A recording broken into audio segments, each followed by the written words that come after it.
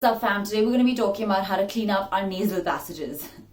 This is Anvita Dixit and today we're obviously going to be talking about Kriyas.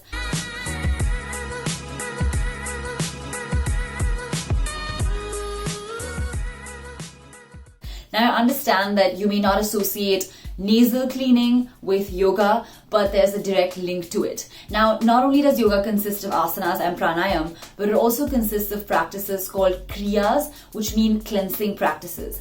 And now these kriyas are of several different kinds, but today we're going to be focusing on Neti Kriyas, which are centered around cleaning the nasal passage and the nasal cavity. So let's get right into it.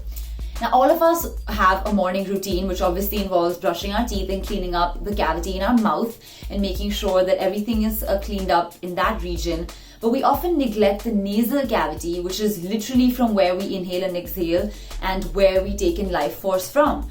But ancient yogis used to make sure that they cleaned up that region as well. And somewhere along the way, we kind of excluded that practice from our daily routine of cleaning up.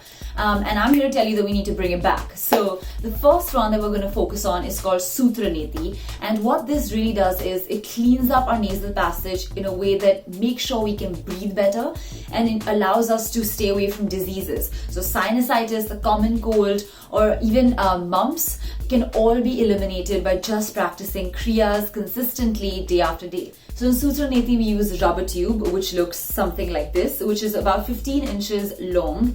And it's not very wide. It has to basically fit through your nostrils, so it's not going to be that wide. But how we perform this kriya is basically we take this closed thinner end, push it into our nostrils, and move it all the way downwards and then remove it from our mouth. So I'm not actually demonstrating it right now for you because we need saline water and a full tutorial of where we demonstrate this. But right now, just to understand theoretically what Neti Kriyas can do for you, they basically clean up your entire nasal passage, and any blockages, any mucus, any dust particles that are present there are completely removed, and you really feel like you can breathe better just because of this one Neti practice.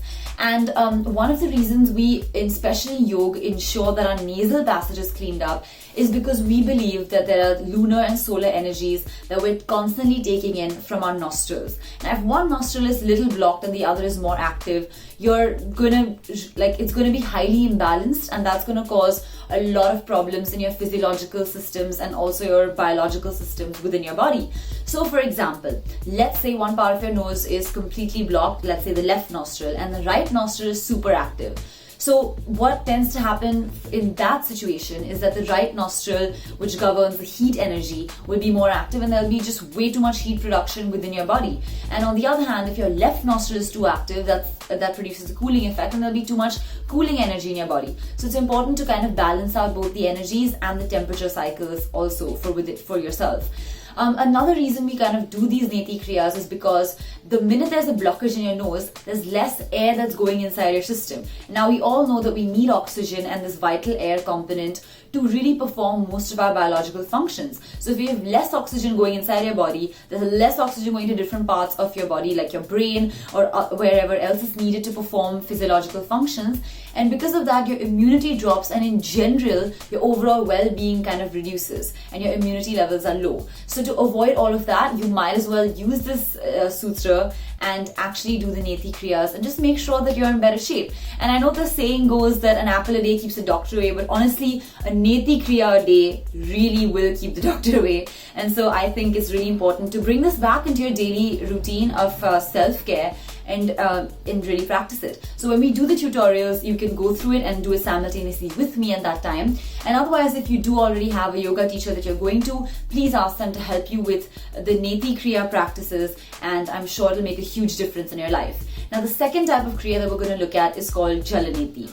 This Jala Neti involves the use of a Jala Neti pot, which looks somewhat like this. Now, for even the rubber Neti and this Jala Neti equipment, you can get it from Kevalidham Yoga Institute. That's where I got my stuff from, and that's where I've studied and lived my whole life as well. So if you need to get this, you can approach the reception and ask them for a Jala Neti pot or a Sutra Neti tube, and they will hand it over to you. It's not that expensive. It's less than 100 rupees, so it should be pretty cost effective and budget friendly for you.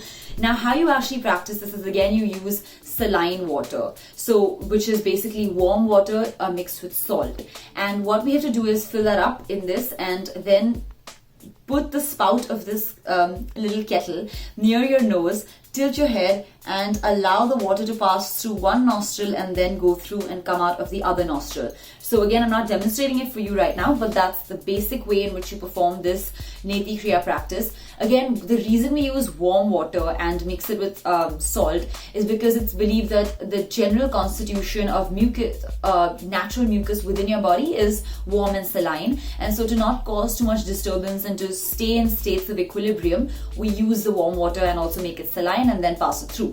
And what you need to keep in mind while doing this practice is that you're standing erect, your hand is placed comfortably behind on your spine, and you're tilting into this Kriya. And also you need to make sure that you're breathing from your mouth while doing the practice, because obviously if there's water going in through your nostril and you breathe at the same time, that's just going to cause discomfort. So you try and breathe from your mouth while doing this practice, and clean up your entire nasal passage and all of your nostrils. Now, what I would advise is that you do Sutra Neti before doing Jala Neti, because that anyway cleans up to a better extent the nasal passage, and then the water is able to pass more easily through each nostril. So that is the explanation for Jala Neti as well as Sutra Neti, and I hope it's helped you sort of visualize how these kriyas can be performed. And next week's tutorial will be talking about chakras, and then slowly and eventually we will move into doing asana tutorials and kriya tutorials as well as pranayama tutorials in the next year, so that you can practice with me and have your New Year resolution in place. We will be practicing in real time, so honestly, get ready to learn a couple of asanas, a little bit of pranayama, kriyas, and a whole lot of self-evolution. Whoa, that would have fallen off. But yeah, so I hope this helps, and I hope to see you next week. Until then, keep blasting.